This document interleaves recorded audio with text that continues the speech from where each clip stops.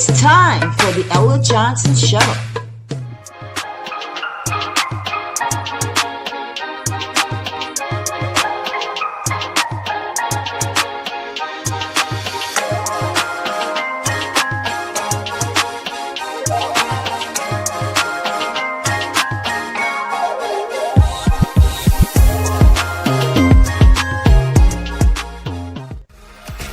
Thanks for tuning in to the Ella Johnson Show, where there are two sides to every story. Enjoy the broadcast.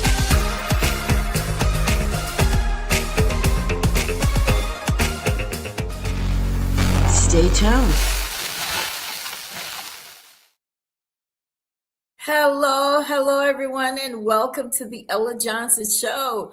I am super duper excited tonight. My girl Heather is back with us. She's been with us like all week. Hey guys, I see that Charlie is with us tonight. Yay. Charlie, I see your ceiling fan. Hello, ceiling fan. All right, Welcome how are to you? the Ella Johnson Show, ceiling fan. Yeah. Listen, guys, I am excited that we are celebrating Black History. I don't think we've ever celebrated Black History like this before on the Ella Johnson Show. I think this is going to become a thing, because we have learned so much. Have you guys learned a lot this month with these shows? I have. Absolutely. Yeah. Oh, yeah. I know you had said that the other night. Charlie, welcome back. We missed you last night. Yeah. It's good to be back. Okay. Well, we're so glad you're back. And we're glad you guys are back as well. Welcome to the Ella Johnson Show. If you're watching from YouTube, please subscribe. I want to give a special shout out to everybody that's watching me from Global News with Network. You guys are doing your thing over there. I love it. Keep sharing, keep watching. We appreciate it. Please, when you're here watching, comment and ask us questions. We want to know you're there. We want to know what you think about the content that we're bringing to you. So I just want to appreciate you. And if you're watching from Facebook, thank you as well. Continue to share the shows. Guys, we're going to jump into it tonight.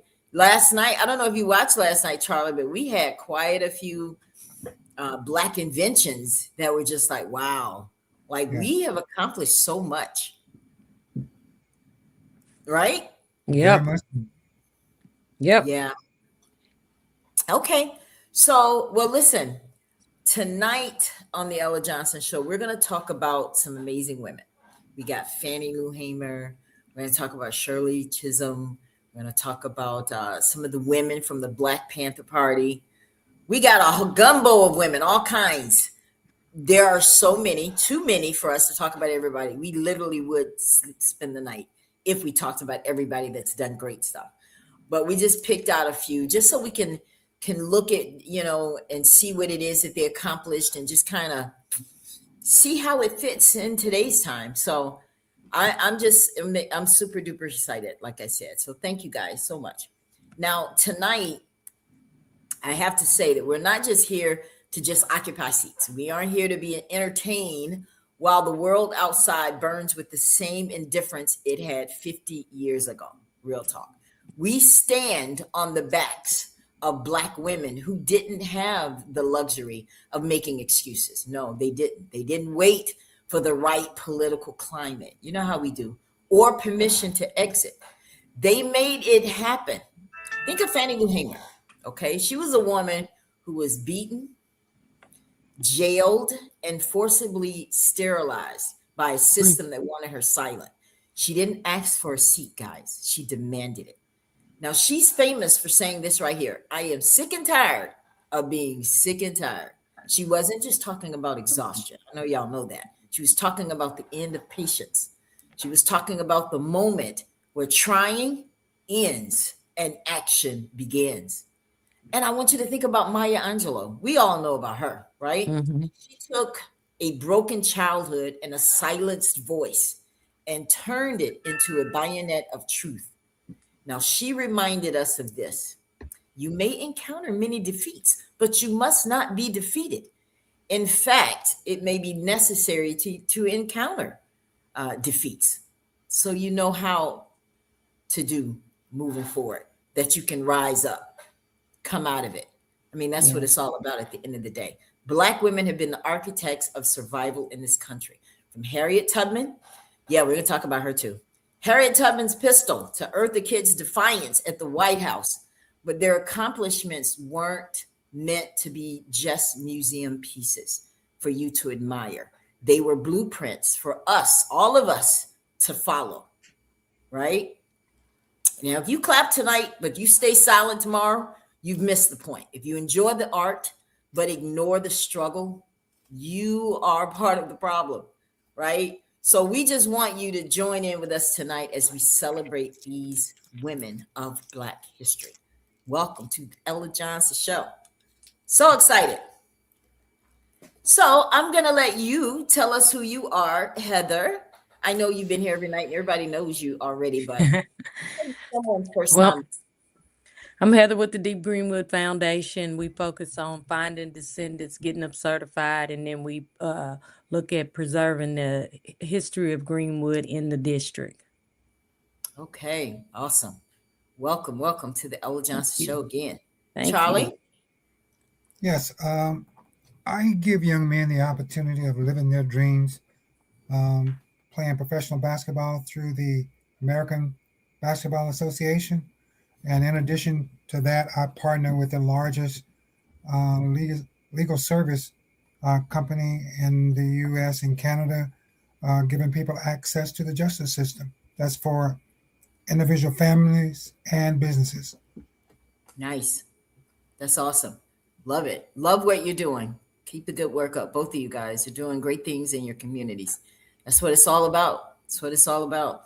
So I want you, as you're watching the broadcast tonight, please send your comments, leave your comments. Let us know where you're watching from. Tell us what you'd like to see here. And then we want you to share the broadcast. All right. After all of that, that's what we want you to do. But we are glad that you're here watching with us tonight. So we're going to jump right in, guys, because we have quite a few women that we're going to cover. Yes, I am very excited about these women because I mean, learning what they've done and the stuff that they've accomplished. Let me tell you, amazing. We still have a lot of people that are doing great things now too. Heather and Charlie, it's just that it's nothing wrong with always honoring those that have gone before us. We can learn from them. Right.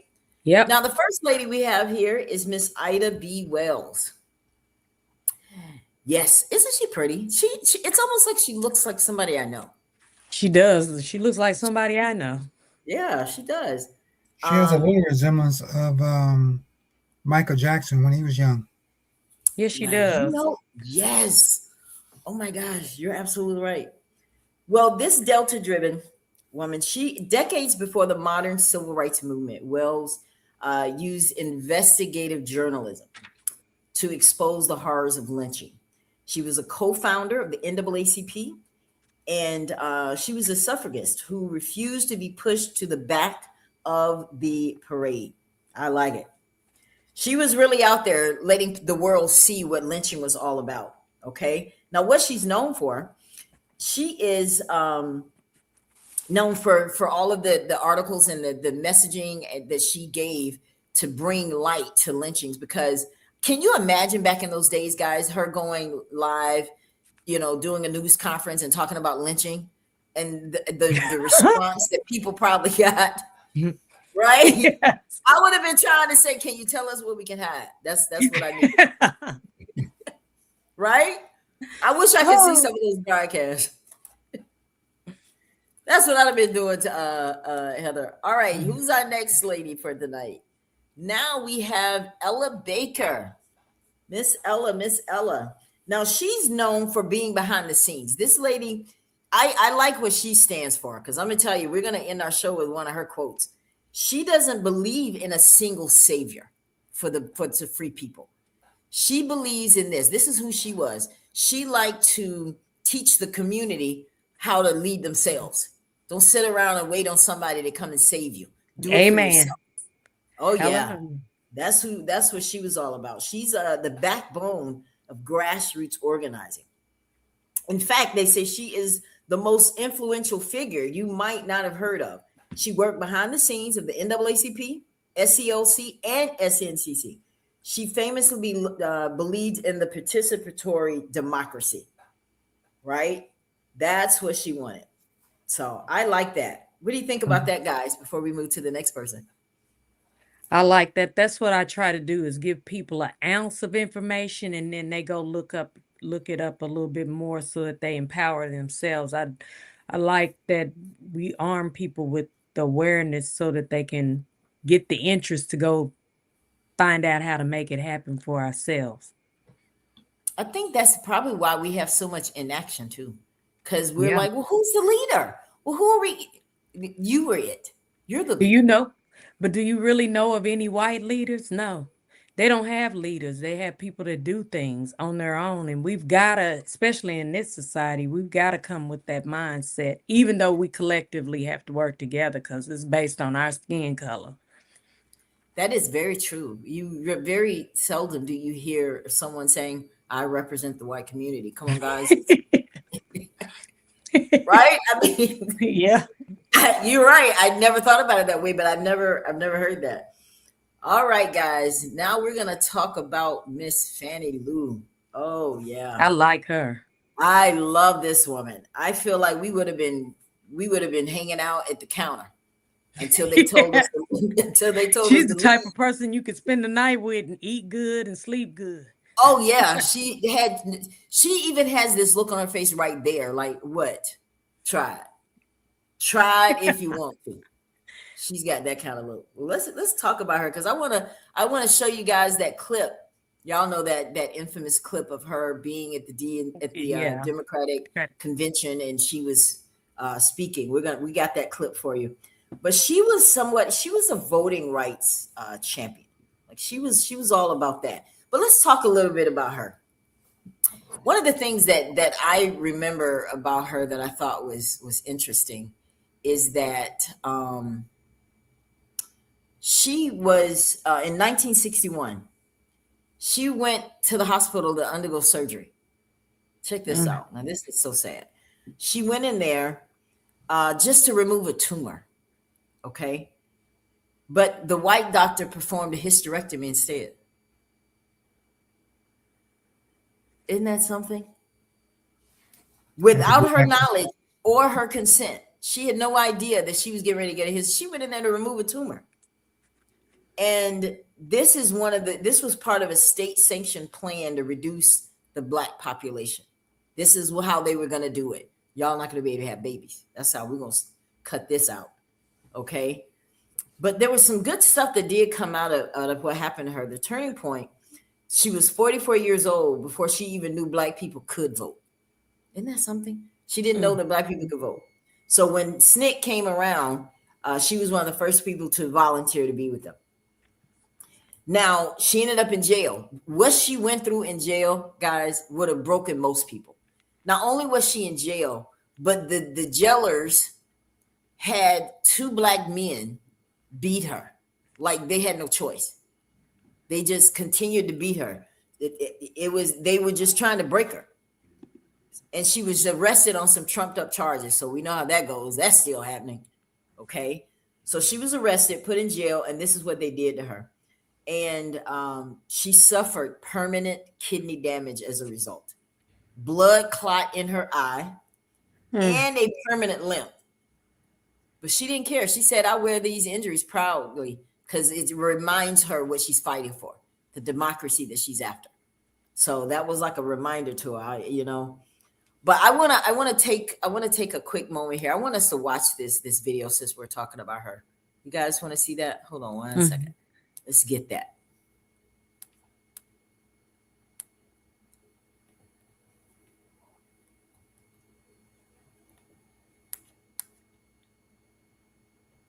The seating of the delegation from the Mississippi Freedom Democratic Party has political and moral significance far beyond the borders of Mississippi or the halls of this convention. It is the very terror that these people are living through that is the reason that Negroes aren't voting, that they're kept out of the Democratic Party by the terror of the regular party. And what I want the Credentials Committee to hear is the terror which the regular party uses on the people of Mississippi, which is what Reverend King was explaining, which is what Aaron Henry was explaining, and which is what the next witness will explain, Mrs. Fannie Lou Hamer.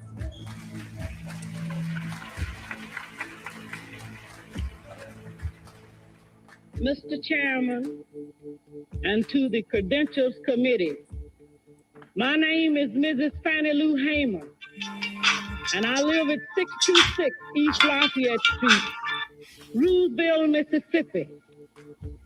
Sunflower County, the home of Senator James O. Eastland and Senator Stinney. All of this is on account of we want to register to become first-class citizens. And if the Freedom Democratic Party is not seated now, I question America. Is this America, the land of the free and the home of the brave, where we have to sleep with our telephones off of the hook because our lives be threatened daily, because we want to live as decent human beings in America? Thank you.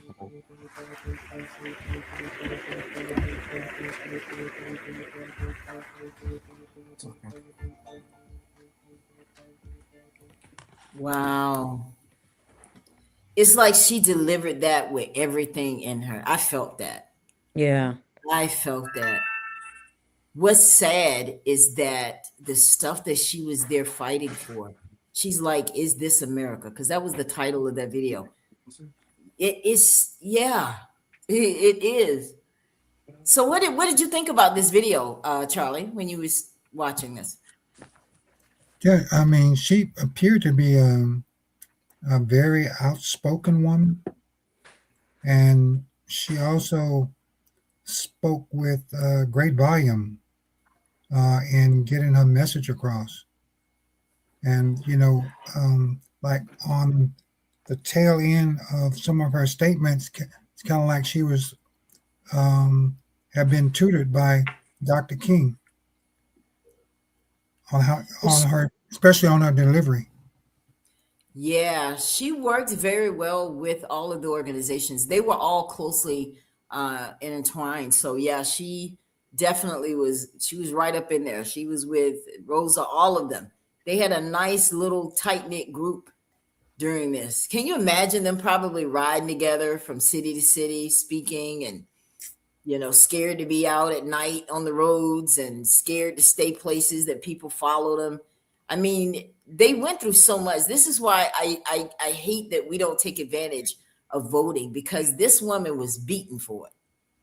She was beaten for what she believed in, and she didn't strike me as someone that was just scared. She was about it. Now, when she did that speech that night, guys, they actually, Lyndon Johnson, they did not like it. They did not want people to hear this. Isn't that something how they're still trying to silence us? Mm-hmm. The parallels from back then. But they played it on the evening news, which ended up being a much larger audience, to be honest with you. And now she did something else that I thought was kind of interesting too. She started a pig bank. It was a program where families were given a pig to raise, and when the pig had a litter, the family would keep the piglets and return the original pig to the bank for another family. They kept that going. Yeah, they kept that going. And she ended up buying 640 acres of land to allow Black farmers to own their own means of production, breaking the cycle of sharecropping. See, these people were, then they understood ownership. Thinkers. Yeah. Yeah. I thought that was pretty impressive. Now, it was kind of sad how she died. She actually died March 14th in 1977. She had breast cancer and complications from heart disease. But some reports say that she just really suffered a lot of mental and physical abuse from just being exhausted, like being beaten. I mean, her eye, she had a limp, all of this stuff, all because she was fighting for you and me to be able to go to the polls and vote. So what's your final opinion about her? I mean, we're going to move on to the next person. I thought she was pretty interesting. She was one of my faves, honestly. I like her. I think she's super articulate. She makes sense. She's super smart. And I think sometimes I remember being young and I don't remember, I was in a class and they were talking, the instructor brought her up and they played the video of her at the DNC. And I remember people talking about her dialect. That really offended me because regardless of how she delivered the message, it was articulate and you clearly knew what her message was. Yeah, they did that to a lot of the Black women because they did it to Harriet also, the dialect. You know, of course, especially if you're in the South, and we still speak like that. I mean, because I could speak a certain way, but then you let me get home in Alabama and I'm eating my collard greens. You were like, yeah, she's from the South. She's from country. Now our next person, guys, is Septima Poinsett Clark. She is the grandmother. That's not the person we have. Oh, no, I'm sorry. This is the next person we have. That's Clovis, isn't it? That's right. Yeah. This lady, guys, this is the young woman who was the one who actually is responsible for the bus boycott. She was a 15-year-old girl, and she actually was the one that didn't want to give up her seat. She refused to give it up. And this happened before Rosa. But the movement, the Martin Luther King and his posse, they didn't think she would be a good fit for the movement because she was young and she fought back. Like she didn't peacefully get up. She's kicked and scratched and hit some folks, right? So because we were on this nonviolent thing, they didn't want that to be the image of this is how we got the movement. But because of what she did, there was some legislation that happened. So she accomplished some things. I mean, she may not have gotten the credit that, she may have deserved to get, but she definitely made some things happen. So yeah. What do you think about that? Did you know that there was someone else? I did. You did? Yeah, I knew about her. That court hearing, guys, was Browder versus Gale. It's the court case that actually ended bus segregation. Y'all look it up. Browder versus Gale. Yeah. So congratulations to her. She was 15 years old. And of course they found her guilty, but we had the bus boycott because of her. So welcome. Thank you so much. We appreciate you. Now we got Miss Septima. She is the grandmother of the movement. All right. They said, this is what she believed. Y'all to pay attention to this because I think this is cool. She said, we couldn't have a political revolution without an educational one. That's deep. She said there can't be a political without an educational one. What do you think that means? Repeat it again. She said she understood that you couldn't have a political revolution without an educational one. What does that mean to you guys when you hear that? Well, from the education standpoint, that applies now because with the education, it allows you to, one, be prepared. It also allows you the opportunity to know what you're talking about. So you're not just throwing stuff out there, wondering whether it's going to stick or not. And education has been a thing way back, even in slavery, because, the people was dying for it and they was trying to keep it away from them. And it's the same thing. Up until technology became a part of it to where, you can just go research anything you want, whether they gave you the books or not, or whether you had access to the books or not. So I think education is extremely important. And even when you graduate from school, it doesn't mean that that's where your learning stop. You should always be improving. You should always be growing. You should always be expanding, because it's said that, once you expand, you will never conform back to your original state. And so, extremely important. Nice. Yeah.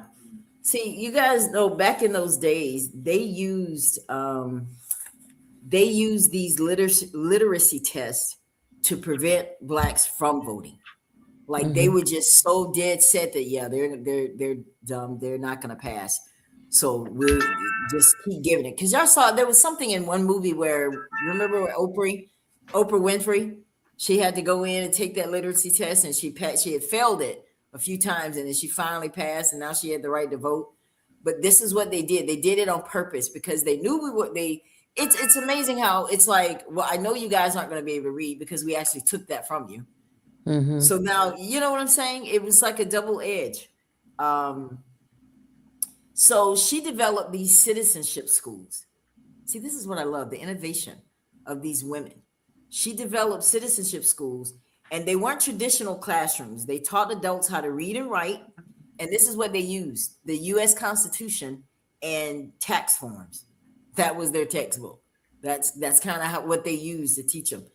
And she ended up training over 10,000 teachers, who in turn helped tens of thousands of Black citizens register to vote. This is her quote: "I believe unconditionally in the ability of people to help themselves when they have the opportunity." Imagine if we had these kind of people out here. We have people that are speaking it, but it's good to hear this. It was so refreshing to hear how they thought. I'm like, no wonder we made it through it. They had some good leaders, you know? Yep. What do you guys think so far? The women. Good women. Good ones. Yeah. Let's see what else I have by her. Now, in the 50s, it was dangerous. Okay. I know you guys have seen some of the movies, but it was dangerous for Black people to get together for political education. They did everything they possibly could to prevent us from bettering ourselves and being able to take part in this dream that they tried to tell everybody about. They never really meant it for us to be a part of it. Now, what she did, she operated her citizenship school out of the back room of a grocery store called the Progressive Club. Okay. They had to figure stuff out because back then they had to sneak around and get stuff done. That's just how they did it. Now, it looked like a standard community market, but in the back, adults were learning to read using voter registration forms and Sears catalogs.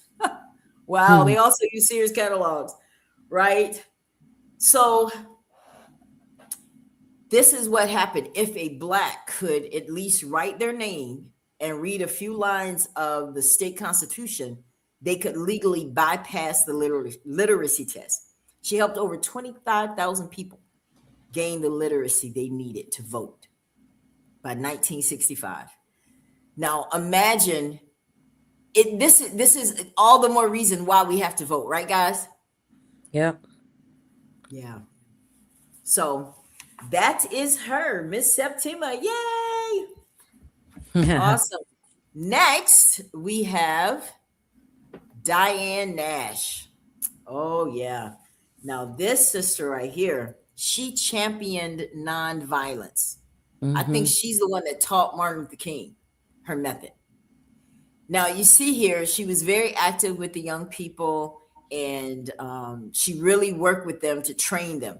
And these are what her methods were. Now, in 1960, she led a march to the Nashville City Hall, and she asked Mayor Ben West, "Mayor, do you feel it is wrong to discriminate against a person solely on the base of their race or color?"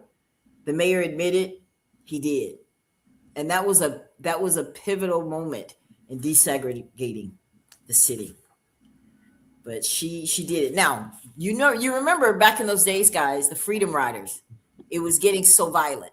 And they were like, look, we need to stop them. Let's slow down for a while. Stop doing the Freedom Rider. It was this woman right here that said, keep it going.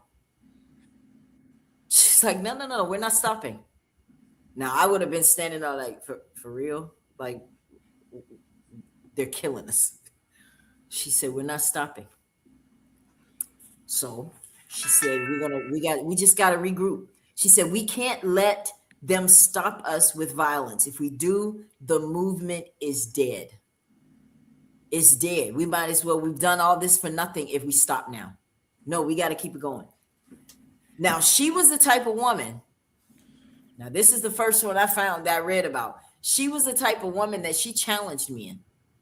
She didn't just sit back and let them talk to her any kind of way or dismiss her like she's not in the room. Oh, no, no, no. She earned her respect. She demanded it. Oh, no, no, no. I'm not going to let this sexism within the SCLC keep me from doing what I know that God wants me to do. So she found a way to shame the men into getting to what she wanted. That's a strong woman right there. But let me tell you how she did it. She said that if a student reacted, she was very strict with the way she taught them. If a student reacted with anger or violence, she said the entire movement's moral authority would vanish. What do you think about that? She felt like it was immoral to fight back. I definitely want to hear what you guys think about that. Well, I wouldn't have been a part of this.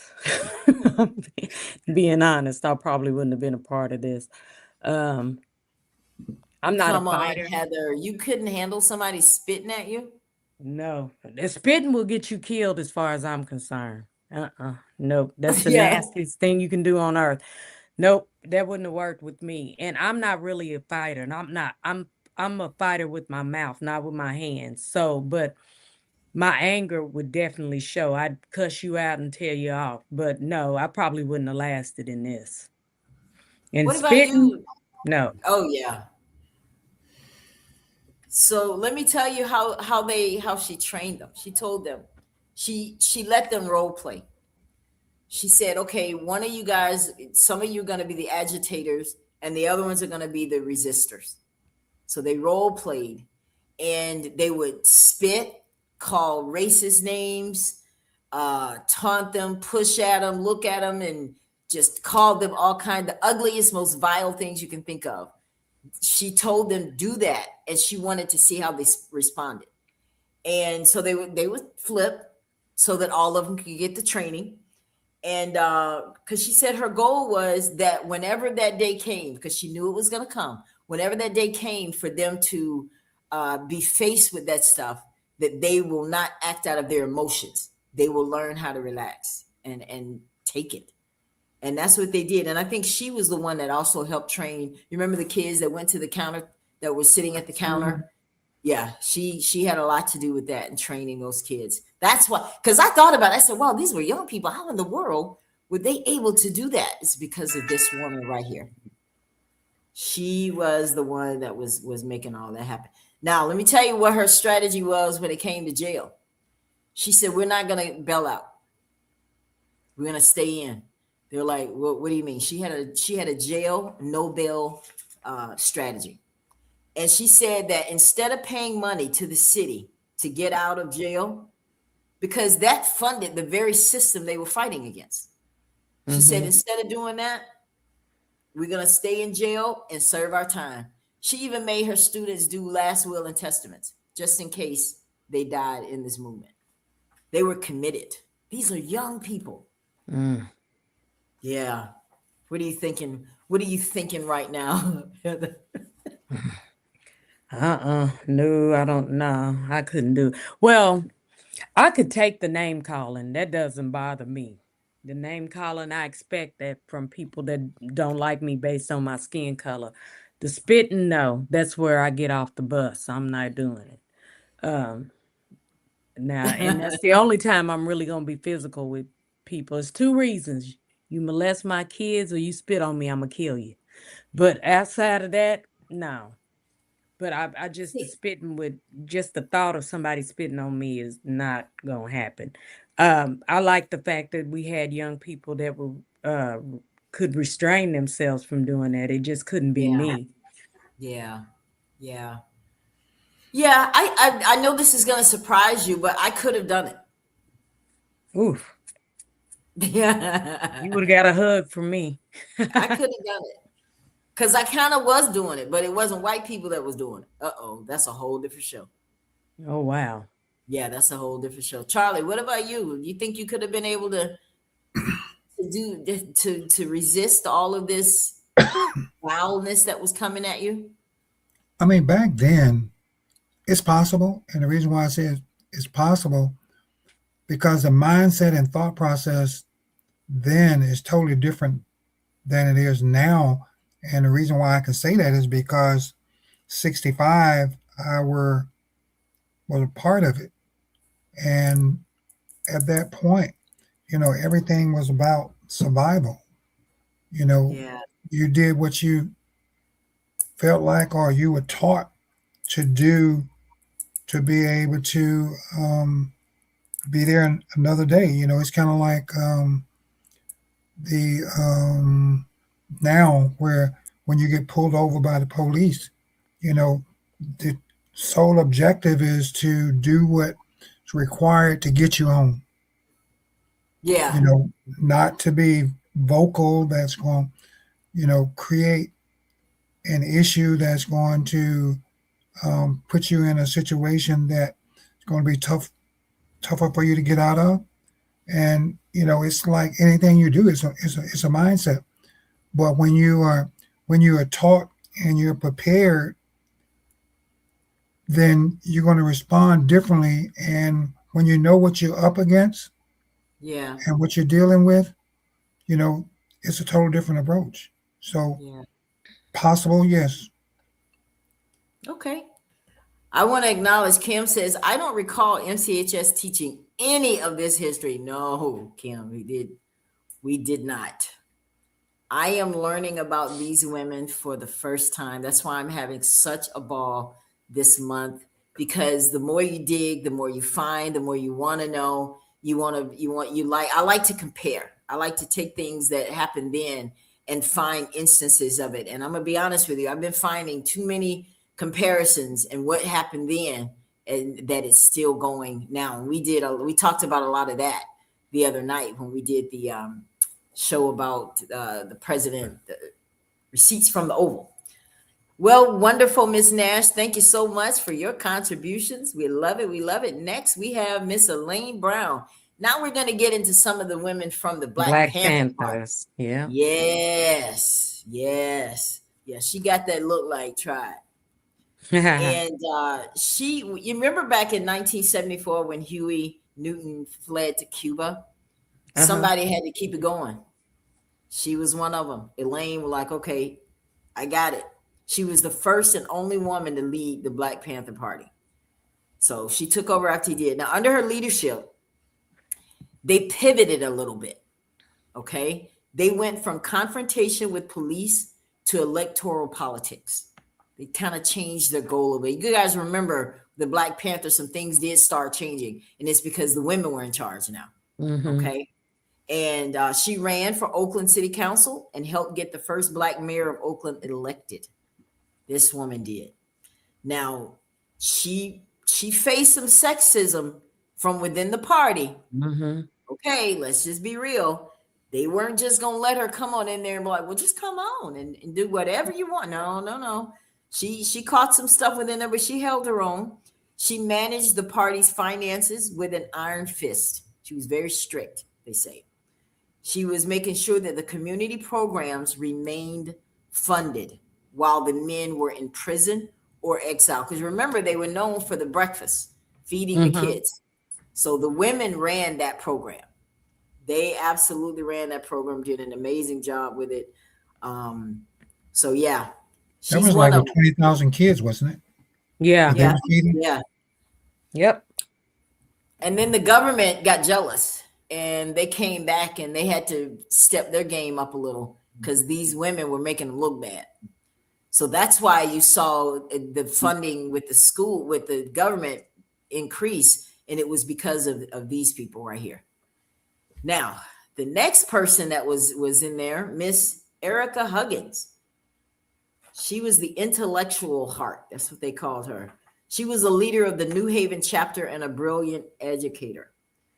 Now, her husband ended up getting assassinated. This woman right here. Her husband got assassinated. She was in prison for 2 years on charges that were dropped.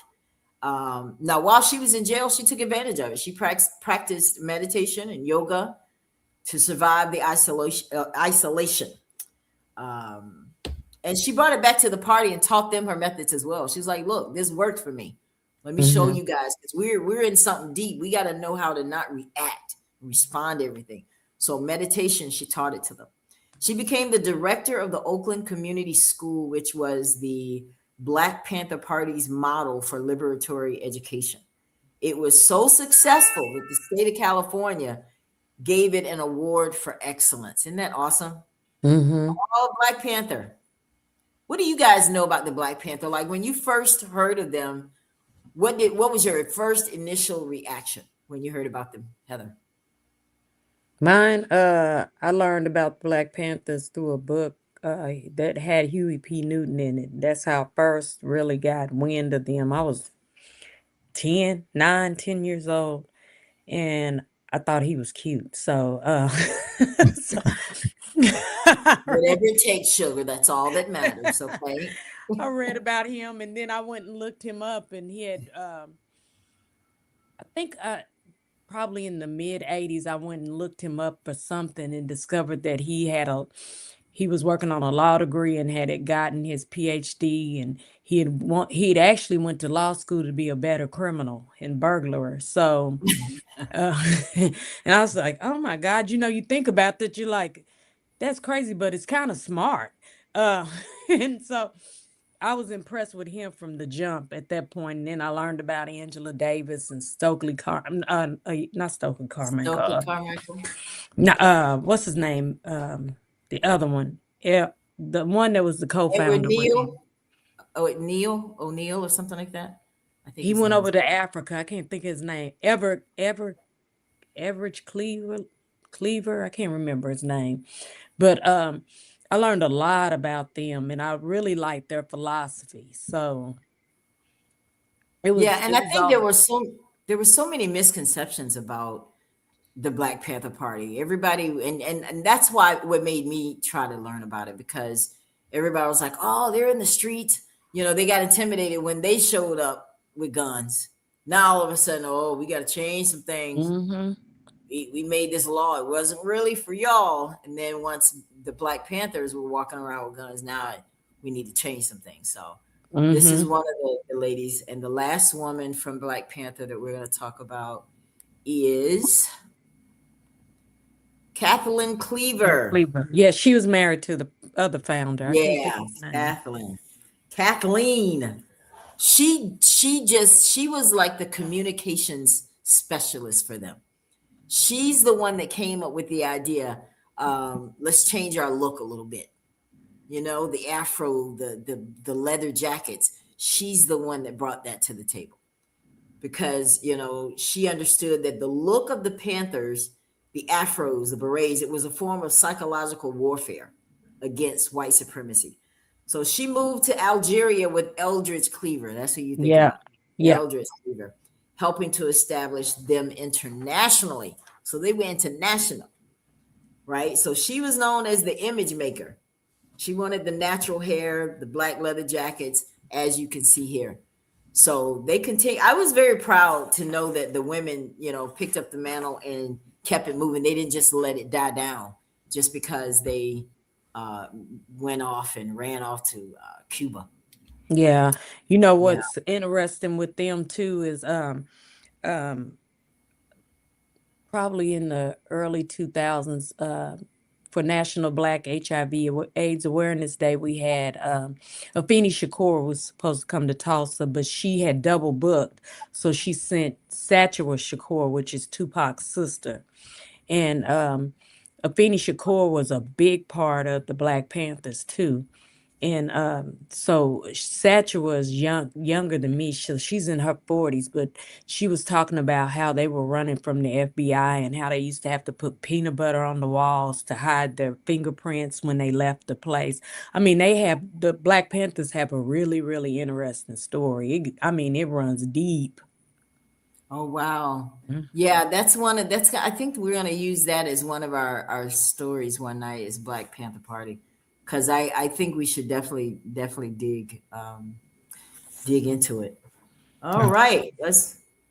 You Well, if I had something remember to say? correctly, Eldridge was extremely educated Mm-hmm. um, during that time, if I remember correctly, because I think he wrote during that time. I think he wrote like 3 or 4 books.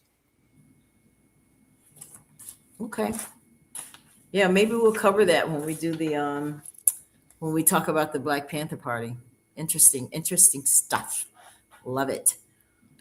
All right. Now, next is one of my faves, Marva Collins. I love Marva Collins. Oh, you know she's from Monroeville, where I live, right? No, I didn't. Yes. Wow. So you know she had to hit it. She had to hit it. I had to get her. Marva Collins, she is considered the architect of excellence. I love because see, this woman was frustrated with the public school system. She didn't like Mm-hmm. how black kids would just pass along. And she was like, she didn't like what was going on. She didn't complain. She didn't whine. She didn't wait for the government. She said, I'm going to do something about it. Okay. And she did. And she did. This was in 1975. She took $5,000, her retirement fund, $5,000, and opened the West Side Preparatory School in the top floor of her brownstone over in Chicago, right? And she took the students that the public school system labeled learning disabled, because you know they love to slap labels on our kids, okay? But I loved her methods. She took those kids because she took the learning disabled ones, troublemakers, the borderline retarded, because this is what they had labeled these kids. She said, no, give them to me. I got it. Now, she said that she didn't give them remedial work. She gave third graders Shakespeare, Plato, and Tolstoy. Isn't that something? Stretching their Imagine if somebody minds. did, huh? Yeah. Stretching I their was, minds. wow. Can you imagine kids getting this stuff today? Like, she had a We different approach. She just had a different approach. And she observed the kids. She observed them. She sat with them. She worked on them. This picture that you see here, this is how she believed in that one-on-one with these kids. She believed in that. And within 1 year, her students the students that were failing in public school were scoring several grade levels higher. Every single one of her students eventually went on to college. Every single one of them mm-hmm. with her method. Now, this is what she didn't do. She didn't believe in standardized tests, labels. She didn't like anything standardized. You know, she said, I have discovered that if you give a child a reason to succeed, they will. That's the same as it is today. If you Yeah. if you push them, in a positive way, encourage them and make them aware that they are their biggest enemy, and to open up your mind and allow yourself to grow, then Yeah. it's amazing, the level of success that you can obtain. Yeah. How do you guys feel about how you get these kids? Let me give you guys a scenario. Let's say you got a kid that's good in sports, but he's not a good, his academics are just not up to par. He's barely making it enough to stay on the team. What do you do to a child like that, Heather? You have to work with them daily. You got to be committed to making sure that they get past it. And you got to find a way to make them understand. If you want to move to playing sports in college, you're going to have to step up your game. And a lot of times kids don't realize that. They do not realize that in order to play at the next level, There has to be Yeah. an understanding that you have to have an education, Yeah. or it plays a role in it. We had I a think sports are good to get you to college, but I mean, let's be real. Like a lot of kids, you're not going to get drafted to be in the NBA or to play football. So then no, what? That's why I think education is so important because, education, we learned even with Nat Turner, what did education give them? Choices. yeah. Yeah. Wait, well, Gives the them choices. NCAA does brags about this, and they got the right to. I can't remember what the quote or the slogan is, but it's most kids that go to, I mean, most kids that play coach, I mean, that play sports don't go on to athlete. I can't remember. They got a really nice slogan that they use about kids usually end up doing something else besides playing basketball or football. And you got to make that. I can't remember the doctor, and he actually talks about Marva Collins. Before I forget this, we used to have a private school in Tulsa that her name was Deborah Brown, but it was called New Concept, and it was modeled after Marva Collins' method of teaching. Nice. And so I think that was the other day I told you that my two youngest kids learned to read when they were 3. It was under the Marva Collins method. So Wow. yeah, and we still actually have that Marva Collins. It's not New Concept anymore. It was a private school when my kids went there. Now it's a charter school. It's called the Deborah Brown Community School, but they still use Marva Collins. And it's rare that I ever run into a kid that goes to Deborah Brown or New Concept that hasn't gone to college. And are not, and almost every one of them are excellent in math and reading because that is the base of everything. I think she's onto something, her method. And now with Trump trying to gut the educational department, I don't know. We need some Margaret Collins inspired people to say, you know what, we don't care. Your Yeah. education sucks anyway. Build our own schools. And if I'm not mistaken, Marva Collins didn't even have a degree, I don't think. But I know that most of the teachers at New Concept didn't have a degree either. And think about it, right after slavery, we wiped out illiteracy in one generation, and we know we didn't have people that went to college then. So it's Yeah. not truly about you having a degree. And then plus they need to pay teachers more. They need to pay them like they pay a doctor. I definitely think they need to pay teachers more because what they have to do. But I think that Black people, honestly, I think we should start thinking about building our own schools in our communities and having this kind of strategy as a method to be able to teach these kids, because I have friends that they run businesses and kids come to them trying to get jobs. And the stories that I hear, that some kids can't understand the application, they don't know how to interview, and they don't use the right words when they're trying to speak and talk about themselves. And I think that it's because when you go to school and you're not in a school that's really all about education, I feel like they just let you pass them on. Just Yeah, pass them on. yeah. Yeah. I just looked up Marva Collins. She did have a degree. She went to Clark Atlanta, but she was a substitute. That's what made me think she didn't have a degree. I thought she was a teacher's assistant, but she was a full-time substitute teacher in the Chicago public schools. Yeah. Yeah. But she was so frustrated with what she was seeing. This is Yeah. the part I like the most about her story. She was frustrated with what she saw. So she did I, something about it. she Yeah. she passed away a couple of years ago. I'm not sure about that. I I think don't she have that did. information. But one I think it thing was that 21. okay. 21. One thing I really think that Marva Collins' method really does, and I say this because I'm a parent who had kids that got taught under her method.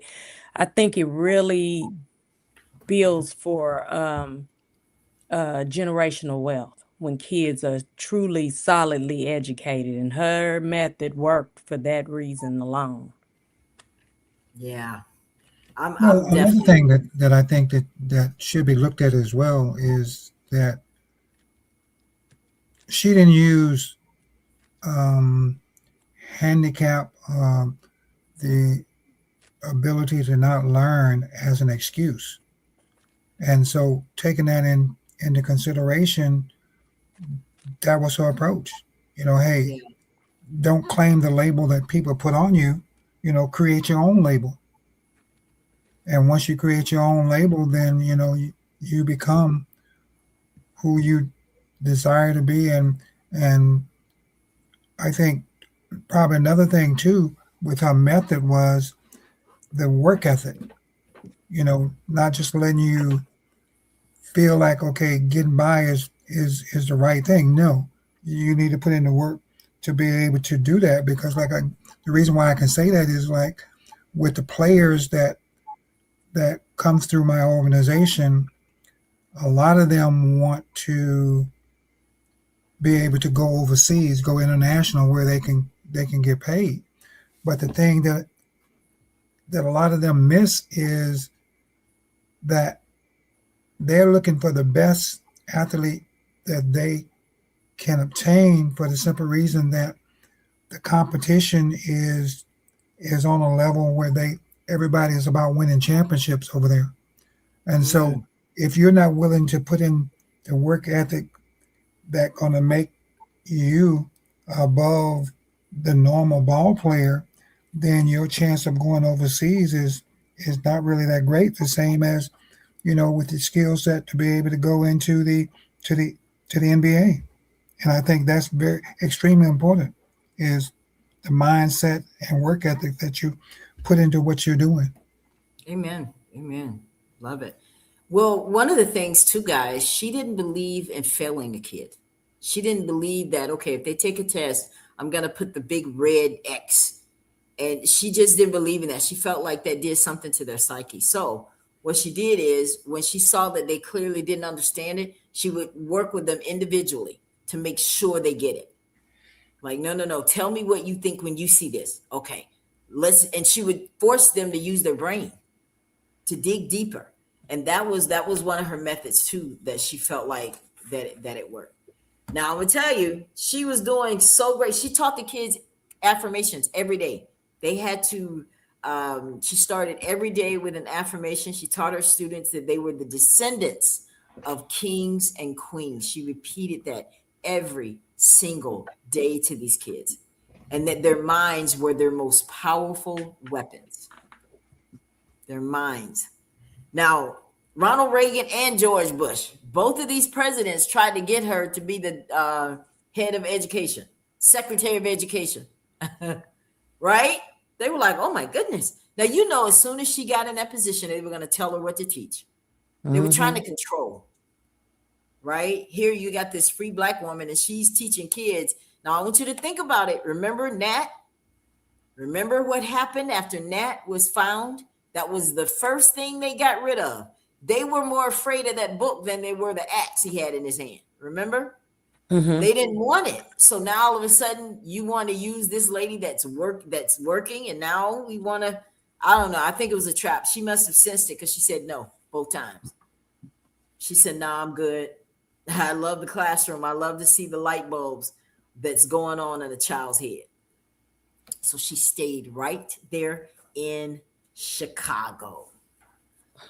Yes. So I think about her. Awesome, awesome, awesome. Let's move to the next one. Maya Angelou. Oh, now this lady here, when I think of her, I think I feel like I could sit and talk with her like for hours. I'd be like, Maya, just talk to me. Now, she went through hell. She did.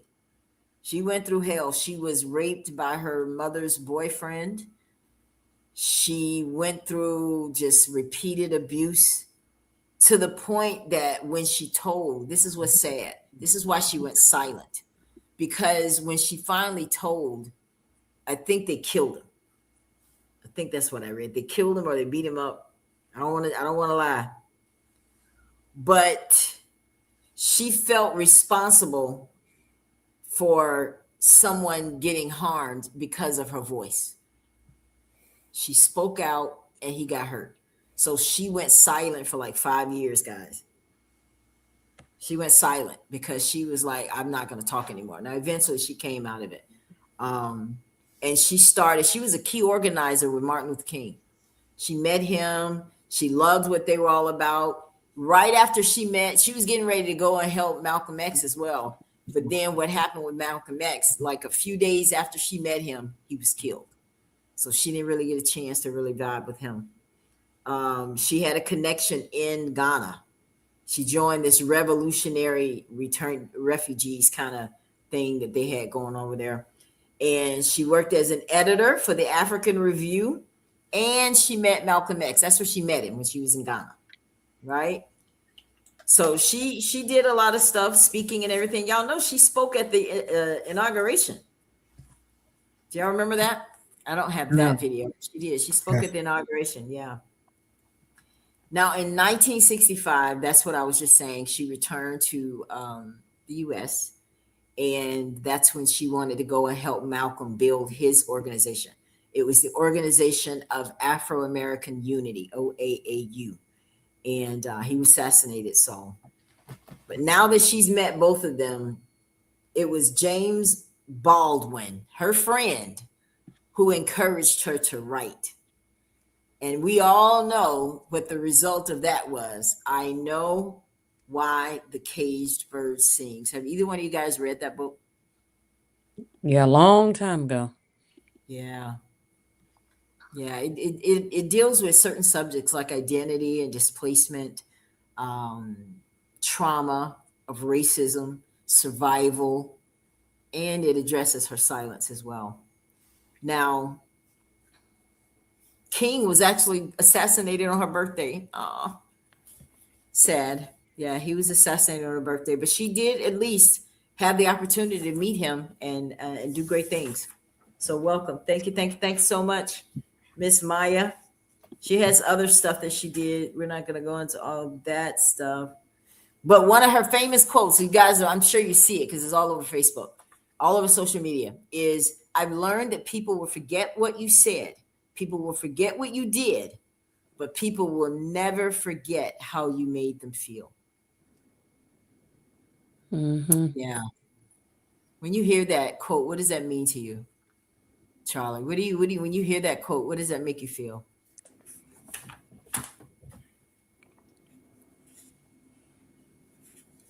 To Do you me, want I me to read think it means Yeah. to, it's not about just talking, it's about doing.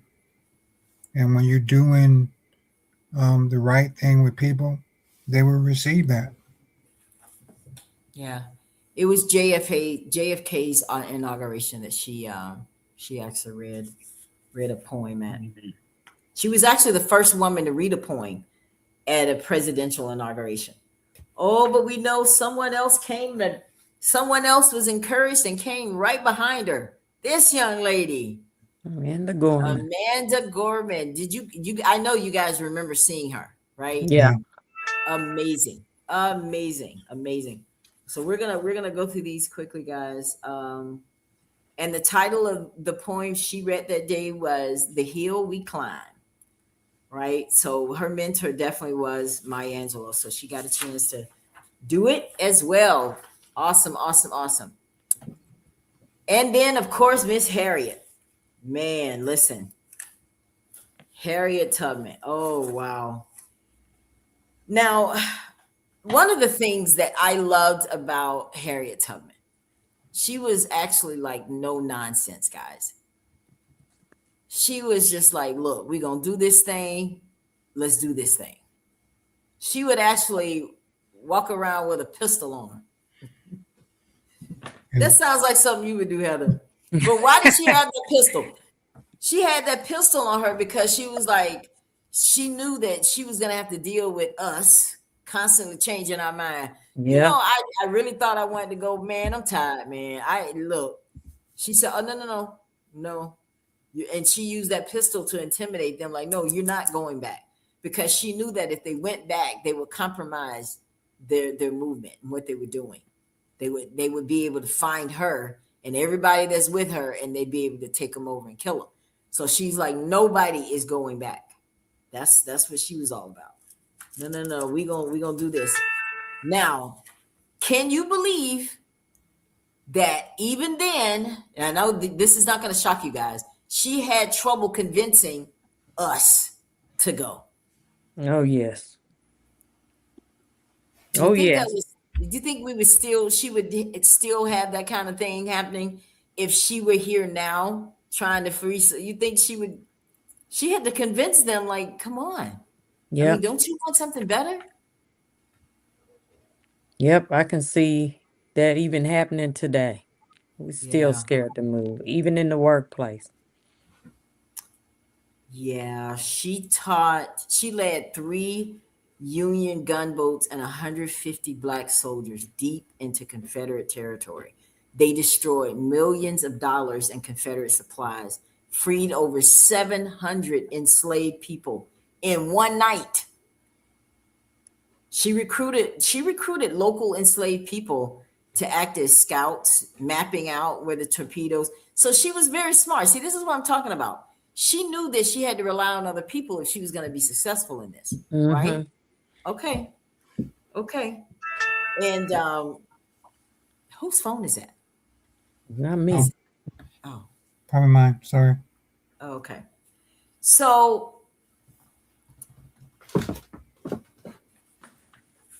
like I was saying, the reason she carried the pistol, she's like, if a fugitive became too scared and wanted to turn back, she would point the gun at them and say, "You'll be free or die."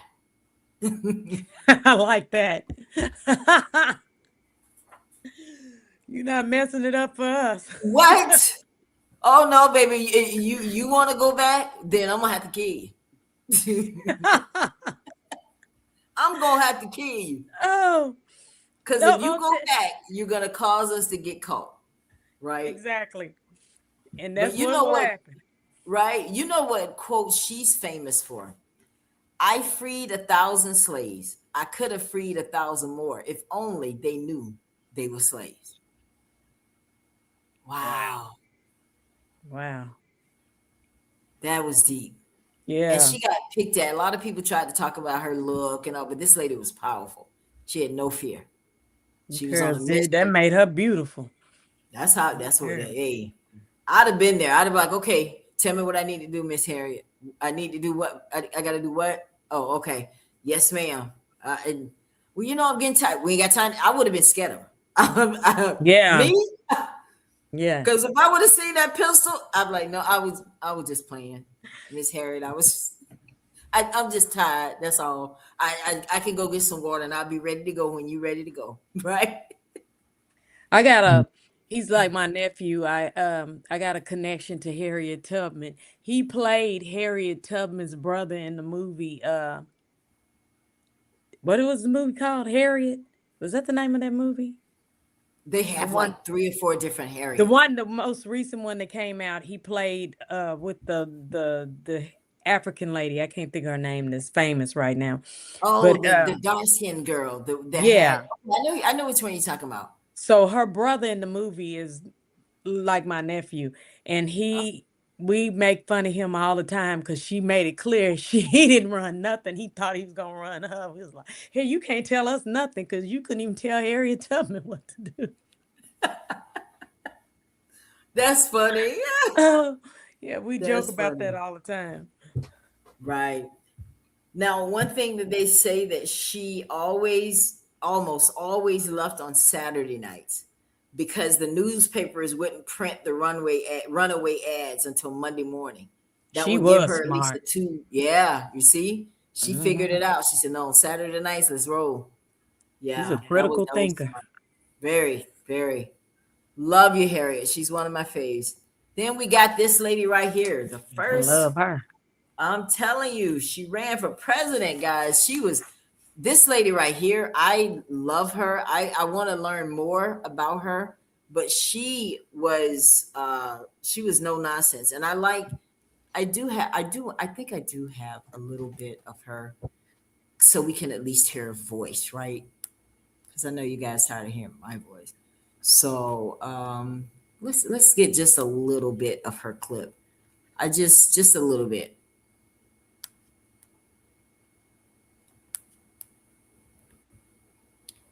Oh, there it is. Okay.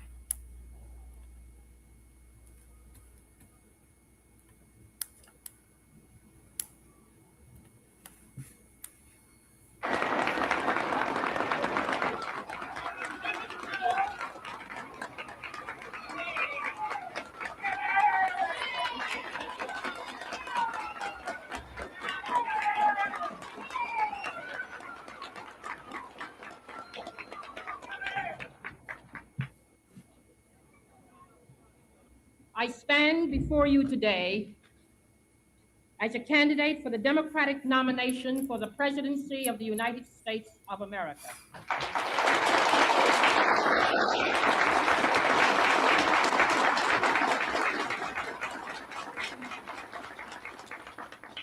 I am not the candidate of Black America, although I am Black and proud. I am not the candidate of the women's movement of this country, although I am a woman and I'm equally proud of that. I am not the candidate of any political bosses or fat cats or special interests. I stand here now without endorsement from many big name politicians or celebrities or any other kind of prop. I like that. Mm-hmm. I like that. I like it because she acknowledged that I'm going to be the president for everybody. And I like that. Mm-hmm. I'm telling you, people underestimate women, but listen, look at her. She knew exactly what she was up against.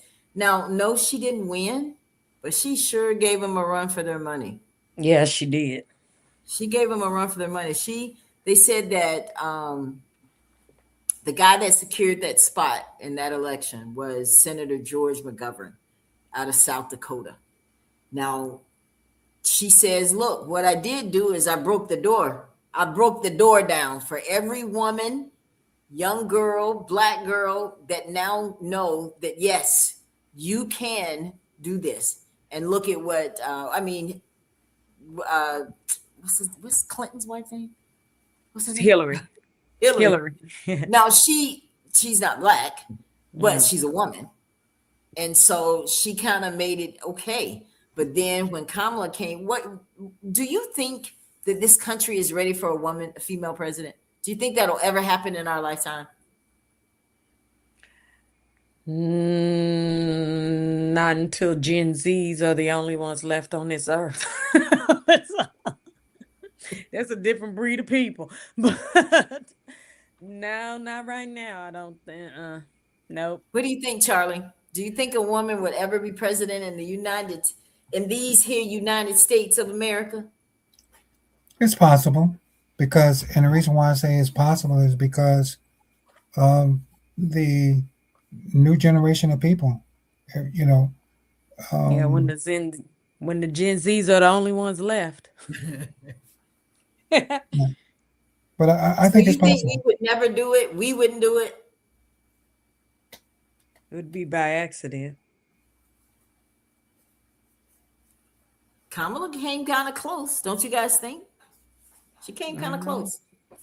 Her and Hillary both came kind of close. But I just think the stuff I heard with both of those ladies being the nominees, hearing especially men, I was really surprised of the Black men that said awful things about Kamala Harris. I was really shocked. I was too. I was shocked. Yeah, that was messed up. We're going to take a break from the women, guys. We're going to do something else. I want to show y'all this right here. We're going to comment on some of the stuff that I've been seeing in the media that we have covered on this broadcast. So the first one, this is something I said, you know what? I got to share this with the group tonight. This is just trifling. Look at this one. There's no evidence. Have you guys heard about what's going? Listen, there is no evidence that Donald Trump has committed a crime. I believe you just lied under oath. There is ample evidence in the Epstein files. Don't you ever accuse me of a crime. Girl, listen, I was watching some of this morning, and I can tell you, I am so embarrassed for this country. Mm-hmm. Have you guys seen this? I did see a little bit of it. Have you seen it, Charlie? Yeah, I saw some where she told him that he couldn't say anything to her. Yeah. And then that thing I saw where I can't remember who it was, but one of the elected officials asked her to turn around and look at the victims. And she couldn't do it. Yeah. I said, oh, hell. She could not do it. No humanity in her whatsoever. Mm-mm. I said, you know what? She is making women look bad by the way she's carrying herself and going on and yelling. And I hope her law license and all anything that would don't let her get in another courtroom. As soon Never. as she walk in the door, just trip her up. Yeah. Just full sight, trip her up. Because what I couldn't believe it. I could not believe it. And I listened to a lot of it. I literally had to turn off the television. She reminded me of a slave master's wife. And I don't know if y'all seen the movie 12 Years a 12 Slave. Years a Slave, yes. Remember the lady when they took the lady's kids, they wouldn't sell her children with her, and they sold them. Okay. And so when they made it to the house and she comes out of the house, the white lady comes out, the slave master's wife comes out the house and says to the man, why is she crying? And she says, her children, they sold her children. And she says, tells the slaves, go get some rest and get something to eat, and your children will soon be forgotten. That's the way I felt about the lady when they told her to turn around and she wouldn't look. I was like, this woman would be a monster as a slave master's wife. She wouldn't even make a good slave master's wife. No. Oh, God. Just cold. How much of that do you think is just, I mean, all of it is theater, but how much of it do you think is because Trump is watching? She's afraid of what he's going to do. Like what's behind it, do you think? Where do you think that's coming from? I think part of it is Trump is watching, but I also think that's part of the nature of her beast, too. I think she's that kind of woman. I agree to that. Do you think she feels like she has to act tough like this because she is a female? Yeah, because Trump's administration, that's what they want. They like that theatrics and that crazy. It's ridiculous. It is. It's too much to stomach. This is It another is. one I saw today. Don Lemon, he hires the former federal prosecutor who resigned over handling a fatal ICE shooting probe. So he's getting somebody. Now this is somebody that resigned. Okay.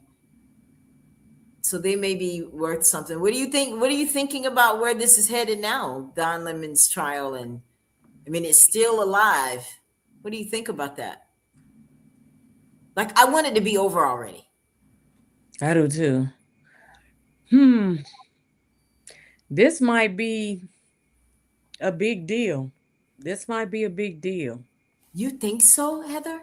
I do. Wow. I kind of think I think they might make this a big deal because those are idiots that he's going up against. And I think white America journalists need to be concerned about this too.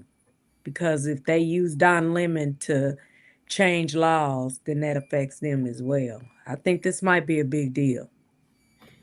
Yeah, especially since, any press steps up, they're threatened, to get sued. So, this might open up that can of worms to where, hey, let the worms out and see what happens. But here's the thing, though, guys. We kind of examine this, and based on the law, if they have to prove that he was part of the planning. Yeah. If they can't prove that, he's not going to be found guilty. Being at that meeting, because their smoking gun is that he was at the meeting. That's their smoking gun. Okay, I read this thoroughly, and I can say this. Yes, he was at the meeting. That's not uncommon. Reporters do show up at these meetings.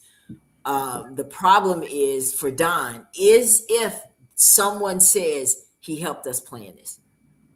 then he could possibly go to jail for 10 years if they prove that he was part of it. That's unfortunate, but that is Well, the law. I think the concern for me is because I don't think he's going to be found guilty, but I think the concern for me is that everybody needs to be paying close attention, and I think it's a big deal because it never should have went to court in the first place.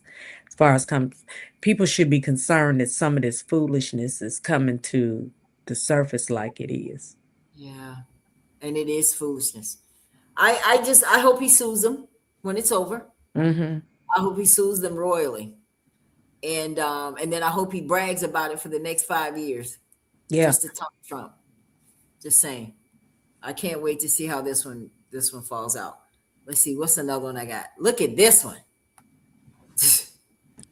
Kirk Franklin says, church leaders, y'all need to speak out about ICE, against the ICE raids. What do you think about that? What is his basis for this? Who knows? What do y'all think about that? Do you think that Black leaders, pastors, should be speaking out about these ICE raids at the pulpit? Maybe just reminder every Sunday, hey, the ICE is out there. May one day come to our door. I don't know what I don't know. I wonder. I guess my thinking is that he's saying we should care about everyone. That's what Christians do. We show love, and we should show love to them because they need us. If I were to think about the women we talked about tonight, do you think that they would want to jump in and be a part of this? I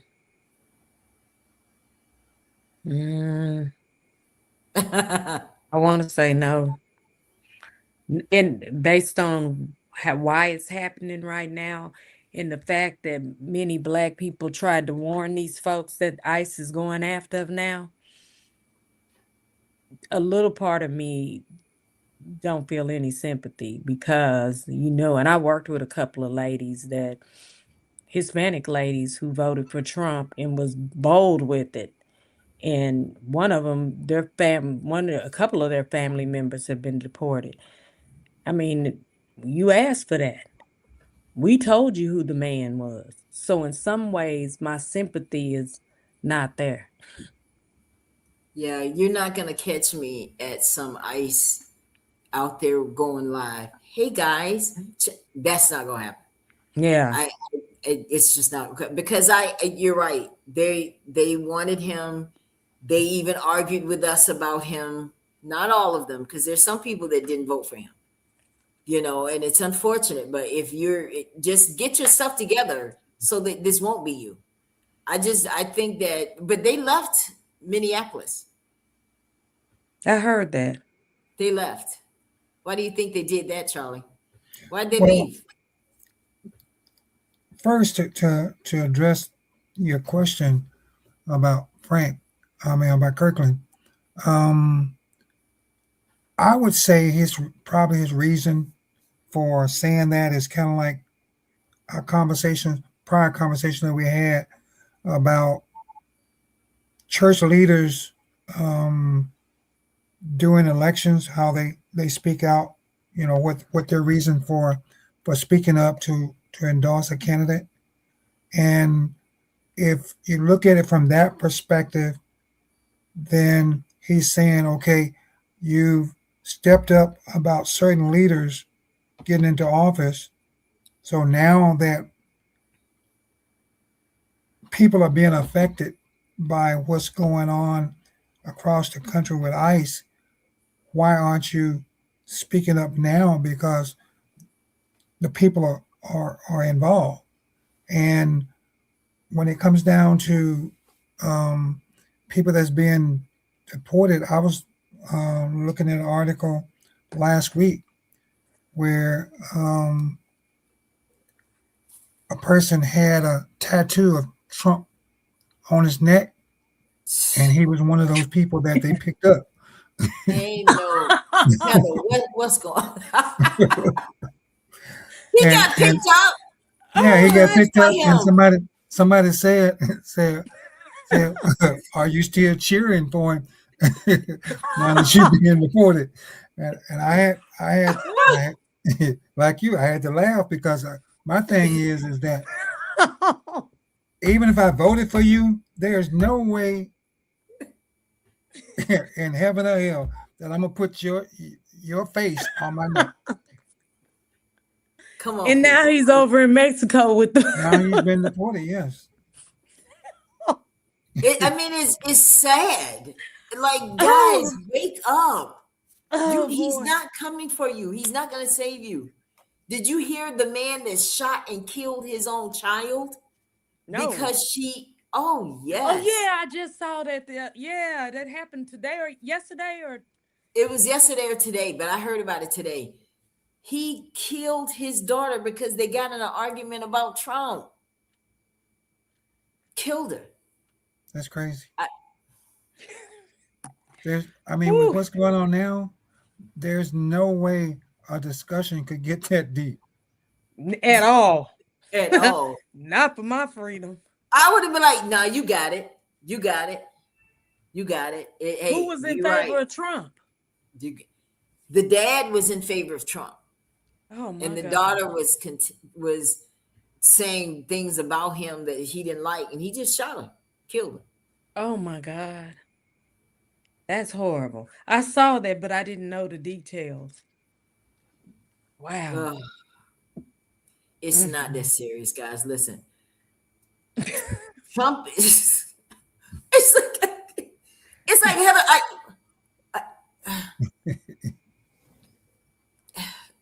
Let's see what the viewer has to say, because God knows I don't know what to say.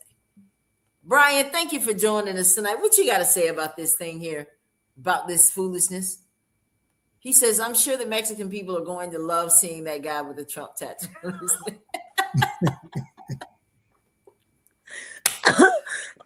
Right? They could be like, "Okay, come. We got something for you. We got something for you." Like, What's the group that was on that boat singing, "We vote for Donald Trump," and then they had a whole song for him, and then half the band was being deported. I mean, I don't want to be shot laughing about this because somebody see us on there. But I mean, this is funny. do you Forgive me. think that they're gonna ever come after just straight up black citizens? Do you think they're gonna ever come after us? Like, and where would they take us? Just take me home, right? I'm like, "Look, I know you're doing this show. I live right down the street." Yeah, take me on over to Frankfurt where I started out at. Frankfurt Avenue. I mean, you think about it. Are we like Asians? They and all these other people. Okay, you can take them somewhere, but what would you take us? Would you like? What would They don't know what to do with us. They don't know what to do with us. They don't know what to do with us. But I don't think that they're not gonna not mess with us, though. I think that is coming. They're just gonna do it a different way. Our plantation is the penitentiary. Wow. You know, somebody asked me one day, they said, "Ella, do you really think that slavery still exists?" Yeah. Yeah.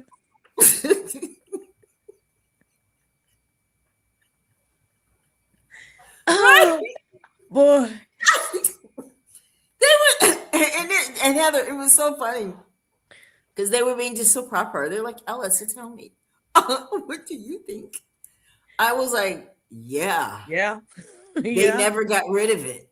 Did you guys not read how they wrote this? There's a comma behind it. Yeah. Except for that means now you're going to be a slave this time. Yeah. Over here on this side of the comma, yeah, we get rid of it. Unless you do this right here. You go to jail, you're going to become my slave. Exactly. They put a fence around the plantation. Give you 3 meals a day. Yes. I mean, you think about it. You eat when you have to eat when they tell you to eat. You have to sleep Yeah, when they tell you to sleep. That sounds like slavery to me. You're just not bottom picking line. cotton, and I mean, I like I say every night, guys, think it's a game. It's not a game out here. And we're laughing because sometimes that's the best thing to do. Just laugh because I Exactly. mean, this fool that got a tattoo of Trump on him, I would love for him to come on the Ella Johnson show. Oh, Find him. Soon as he get back into you find him and bring him here so exactly. I I'm can like, ask him what he was thinking. Did exactly. you I'm think like he was gonna Brian. see that and be impressed? Exactly. I'm with Brian. Yeah. I want to see what the people over in Mexico think. I know. Like, what's up, homie? Too funny. Oh, Oh my God. Let's see, what was this one? What'd you guys think about this? That Trump didn't want the brother to come to the White House. Now you know he's just going to be nasty now for no reason. Like he just doesn't care anymore. He doesn't care anymore. He's just not, he doesn't care about you thinking he's a racist. He knows he's a racist.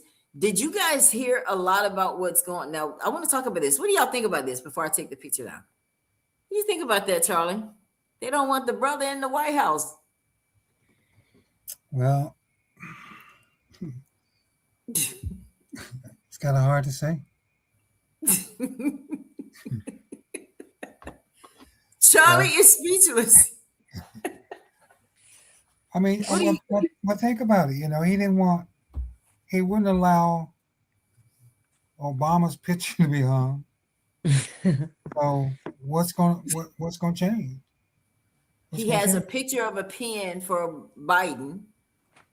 Not even the man's face, Heather. He got a picture of an auto.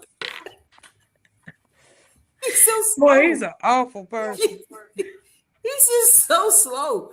And he's walking around telling people, hey, you see that right there? That's Biden right there. He's on a pen. You know, we always said that he didn't do anything, that the Democrats run him. So yeah, this is his picture. And this is a picture of a pen. Like, we can't make this up, guys. This is real. Like, and people voted for him. Oh, Yeah, now we're not. I But will everything say, that has gone wrong, he's blamed somebody. Everything.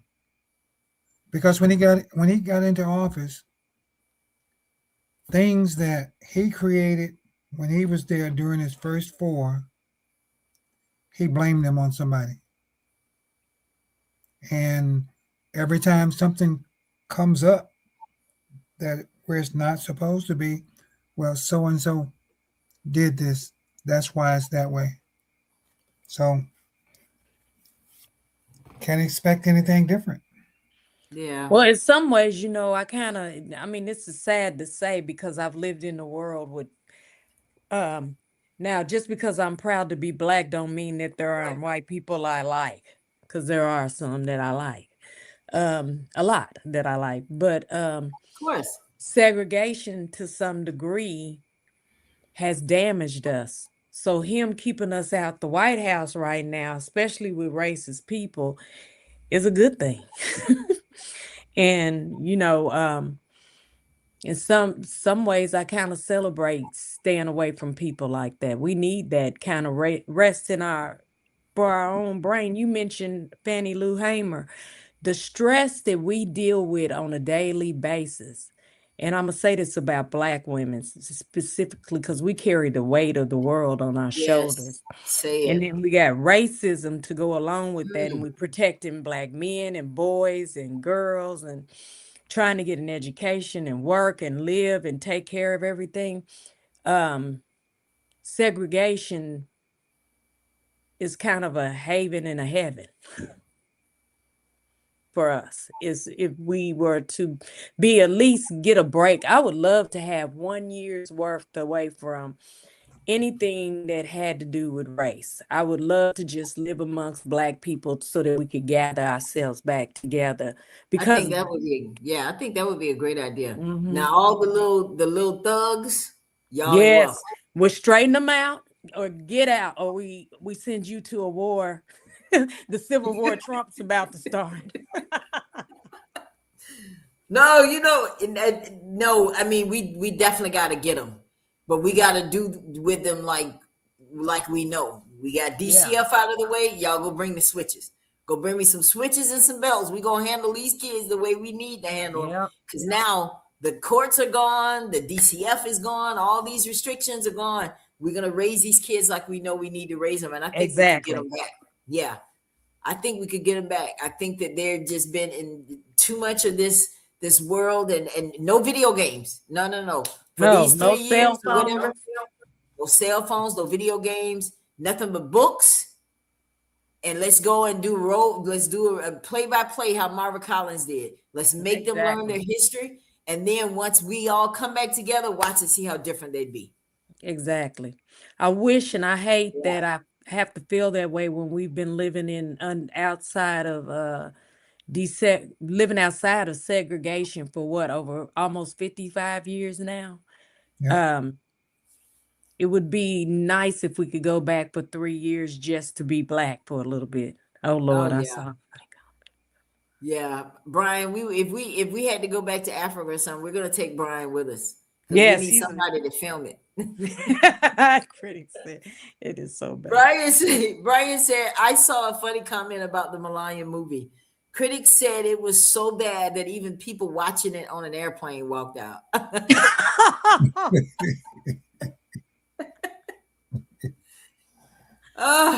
In some ways, I want to see that movie. I don't. I refuse to watch it. I don't want to pay for want it. No parts of it. I think she's. That would be a whole hour and a half worth of wasted time. Like, what is she gonna teach you? I don't know. I don't know. The lady, I don't even know why she lives there. I don't know what she does in life. She was with Epstein. She met Trump through Epstein. Matter of fact, she knew Epstein first. Yes. I know that. Yes. Like, what are you gonna what am I gonna learn from you? Please. Wow, I did not know that. Yeah. So you're saying the movie has no plot? No. I'm sure it's like blah, but I do just want to see America, where children can be. And I saw a comedian talking about her reading that book. Christmas story. Yeah. And it was just like it's not funny because I'm not trying to pick at the lady's accent. I mean, I think she's a beautiful lady. I'm not going to take that from her, but trying to put her on the level of Michelle, okay, y'all going too far now. You know that lady don't touch Michelle with a 10-foot pole. You know, no. Let's keep it real now. Let's keep it a buck. I said she's cute. That's all I got for you. But it just. I can only imagine what she goes through on a day-to-day basis, having to listen to him, see what he's doing in the media. Like, I wonder, does she ever say, honey, why did you do that? Why did you do that video with the Obamas? Why would you do that? Yeah, like, can anybody touch that part of his brain where there's emotions? Like, you don't have. I don't think she would confront him though. From watching her mannerism when the two of them are together, I don't think that she would question or approach him on anything based upon his response back to her. I think she thinks he's gross.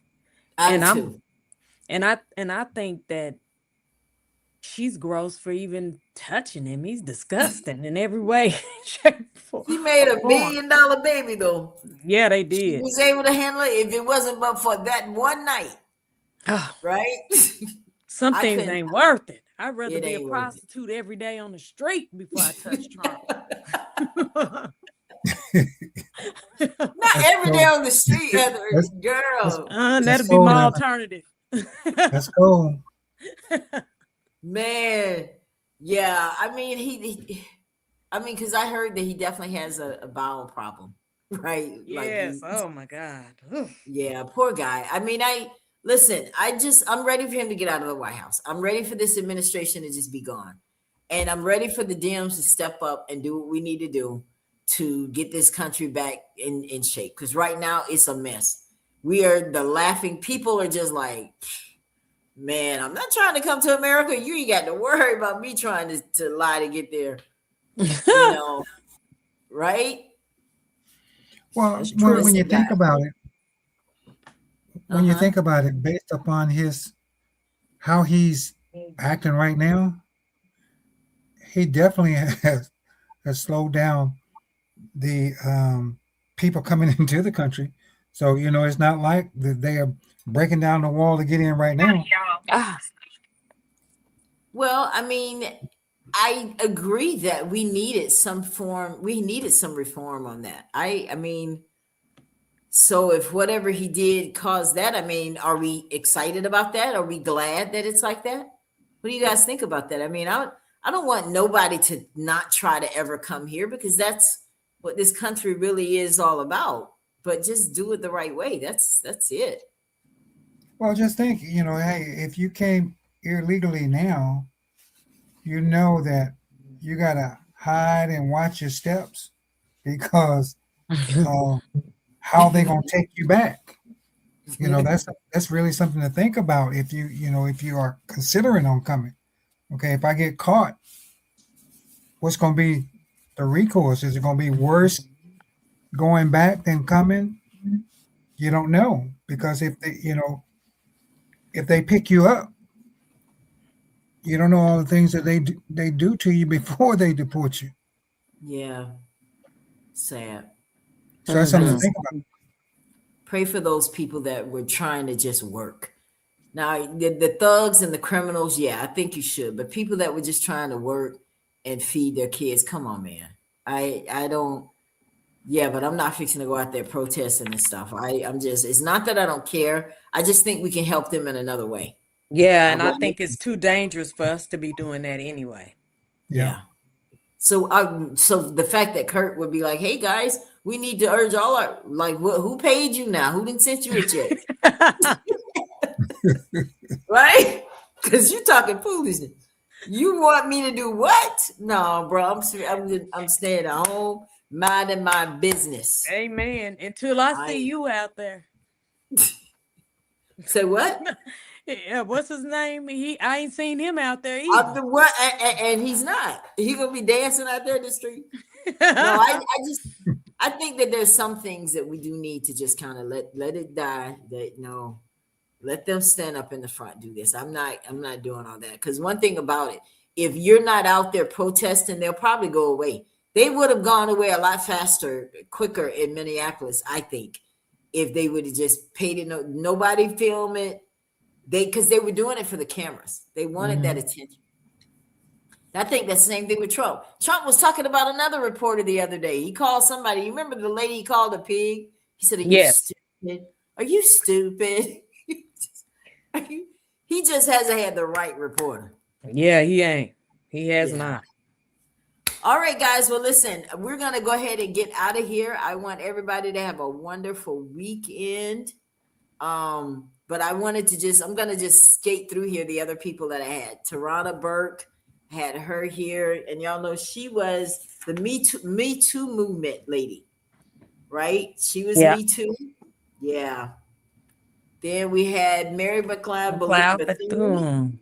Yes, we have her university over here in Daytona Beach, Florida, right down the street. Let's see who else we have. Mary Ann Shadd. She was the first lady of the struggle. She was someone. Okay, wait a minute. Where's my notes? I'm going fast here because we're gonna get ready to get out of here. Oh, she was a radical editor. This lady. She was an editor. And she kind of clashed with Frederick Douglass, guys. She was another one that didn't mind getting up in a man's face. Okay. She just, the women back then, they were tough. They're like, no, you tried it. Mm-hmm. Let's see. Then we had this one, Eartha Kitt. Yeah. Oh, yeah. She was something. I love her voice, but Yes. they kind of ousted her, the White House. She got a chance to go there, and they didn't like her answer when they asked her what do you think it's going to take for the kid? Why are the kids wilding out, the black kids? And she was like, it's the war. And they didn't like her answer because, they didn't like anyone that spoke out against the war. So she was invited by the president's wife, Lady Bird. And the lady didn't like her answer. And she was like, yeah, okay, bye. And didn't even give the woman a ride back home. She was like, wow. Yeah, they had a limo to come and get her to bring her to the White House. But when they didn't like what she said, this lady had to find her own way back home. Wow. Can you imagine being outside the White House? Man, can you come get me? No cell phone. Right? Where you at? At the White House? Why you get there? Because we're gonna ask a whole bunch of questions before we decide. Well, who else up there? They can't give you a ride, Amen. That type of thing. Yeah. So, and then the last one was Assata Shakur, and we already know she was all about. Yep. Yeah. Hey, you know what? Before you close out, yesterday we talked about oh God, what was her name? Deja Taylor. Do you remember her? The little young girl that I said created the colored sutures to show if there's an infection. I went and looked her up just to see if she had did a patent, and she did. And when she was 19, she got a patent for her stuff, which creates generational wealth. Oh, that is amazing. Yeah. She's at the University of Iowa now. So nice. That's beautiful. That's what we got to start doing again, man. But we got to support each other, guys. Yeah, we really do. We got to get a little bit better about that. We got to support each other. We do. We got to support each other. Find somebody that you really believe in. I don't know, Ella Johnson show, and support. Yeah, support. Well, we're going to get out of here. I'm not going to be back here tomorrow night. I will be back Monday. We're going to do this all over again. It's Black History all month on the Ella Johnson show. And I know Charlie and Heather is going to probably be back. But we're going to be talking about some more massacres on Monday, guys. Rosewood, that's one of them, and Orangeburg. We're going to talk about those two massacres on Monday. And then, of course, I don't know what we're going to talk about the rest of the week. I'll map it all out this weekend. But I appreciate you guys that you've been tuning in to this broadcast for these Black History moments here. And anything you guys want to say before we go? I need the break, but I can't wait to get back on Monday. I know, right? I'm excited. Yeah. Charlie? It's been great because, like I said earlier, have been learning a lot because some of these people I wasn't not aware of, but I know now. And with the names, I can go do some additional research. Absolutely. And one of the things I find is when you're looking at one person, 2 or 3 other ones come along. So, it increases that learning process. And so wish everybody a great weekend and happy Valentine's to. Oh, yeah, that's right. Oh, that's right. So you have special plans, Heather, for Valentine's Day? Yeah, I'm going to kiss myself and go to bed. That's Listen, I just got to show you. I just so happen to have it right here. This is what one of my coworkers gave me as for me so I can have me a man. That's cute. As close as it gets, guys. I'm telling you. At least he's chocolate. At least he's chocolate. I'm glad it wasn't no white chocolate. But y'all see, this is what I'm going to be spending. Who I'm spending. You got on heart boxes. And he got white boxes with hearts on them. Yes, that's cute. So, but anyway, guys, happy Valentine's Day to all of the couples out there. Maybe we can do a show about power couples, powerful black couples or something like that in commemoration for Valentine's Day. I don't know. It's a pagan holiday. Black love. There it is. Black love. Isn't that something? Right after Valentine's Day, I was going to talk about massacres. Oh, God. Maybe she Wednesday, Tuesday, or Wednesday. I know you guys just had you were thinking about love all day Saturday, but I'm going to tell you how you were blinded. People would just be like, oh my God, oh really? Now I'm not feeling so much love now. So maybe we'll wait. It's about Tuesday, Wednesday for the massacre. They celebrate on Valentine and they lemonade on the day after. Oh, That's so funny. All right, guys. Well, we're All gonna get right. out of here. If you're just Good tuning night. in, I'm sorry because we're about to go now. But I'll All see right. you right here Monday night. More Black History on the Ella Johnson Show. Have a great weekend. Be safe, and we'll see you next time. Good All right. night. Enjoy. Thank you so much for tuning in to the Ella Johnson Show. We'll see you next time. We are supporters of the Ella Johnson Show. We live in South Korea. We have been watching Ella Johnson Show for like a year now. And we love her show. Her show is very inspirational, motivational, and educational.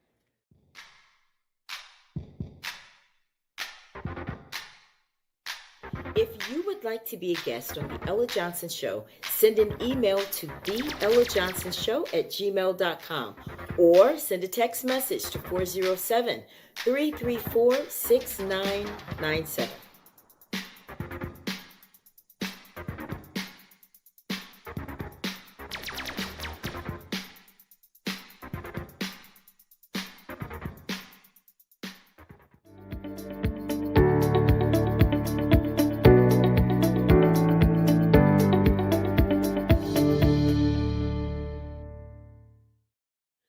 We love Ella Johnson Show.